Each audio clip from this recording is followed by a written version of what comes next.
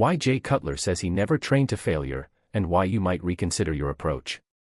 Jay Cutler is a 4-time Mr. Olympia, a true legend of bodybuilding. But despite all his success, there's one training mantra he strongly rejects: training to failure. He's publicly said he never pushed his sets to absolute failure, and for him, it's not about being lazy or avoiding effort. Rather, he believes that training to failure carries too high a risk.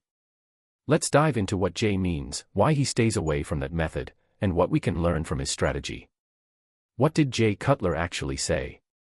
According to multiple sources, Cutler has made it clear that throughout his career he never trained to complete failure. In an interview covered by Barbend, he said, "The funny thing is I never trained to failure." He explained that his training philosophy prioritized volume, short rest periods, and blood flow, not destroying every set until you can't move anymore. In his newsletter, called Quad Stomp, he mentioned one of his biggest concerns with training to failure: the risk of injury. He even recounted watching someone do hack squats, go to failure, then attempt more reps, to the point where they were buckling under the weight. Cutler argued that instead of doing one massively risky set, one could replicate similar intensity more safely across 3 to 4 sets. He also said that because he doesn't push to failure, his recovery was better. "I didn't train for failure. My reps weren't pushed to that, my recovery was a little faster." 2. Why he thinks training to failure is risky. A. Injury risk.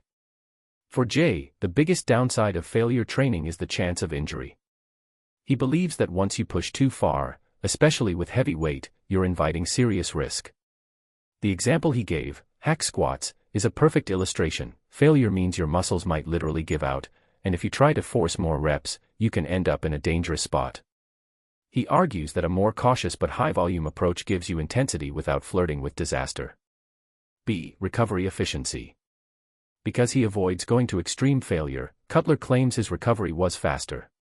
Shorter rest periods, consistent volume, and repeated sets are part of how he balanced stress and growth without burning out.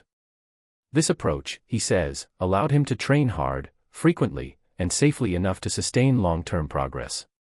C. Volume over absolute intensity. Cutler believes that high volume, many sets, is more effective for hypertrophy than pushing every set to failure. He would often do 20+ working sets for a body part. His focus was more on pump and blood flow than on always lifting maximum possible weight or grinding out forced reps. 3. Expert/scientific perspective. According to an exercise scientist analysis by Fitness Volt, Cutler's style is very different from other high-intensity legends like Dorian Yates, who was known for pushing to failure. Not training to absolute failure aligns with some research. According to systematic reviews, training shy of failure can be just as effective for hypertrophy, and sometimes even safer, especially when factoring in injury risk. In other words, Jay's approach is not just being careful, it could be a smart way to balance intensity with long-term sustainability. Jay Cutler, one of bodybuilding's all-time greats, has taken a stance that goes against what many gym-goers believe is hardcore. He never trained to failure. For him, the risk of injury and the cost to recovery simply weren't worth it. Instead, he built his physique through volume, smart intensity, and reliable recovery.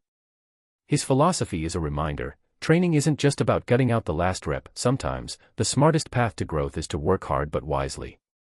If you're building your own training routine, consider what Cutler's style says about longevity, safety, and sustainable progress, especially if you're planning to train for many years, not just for short-term gains.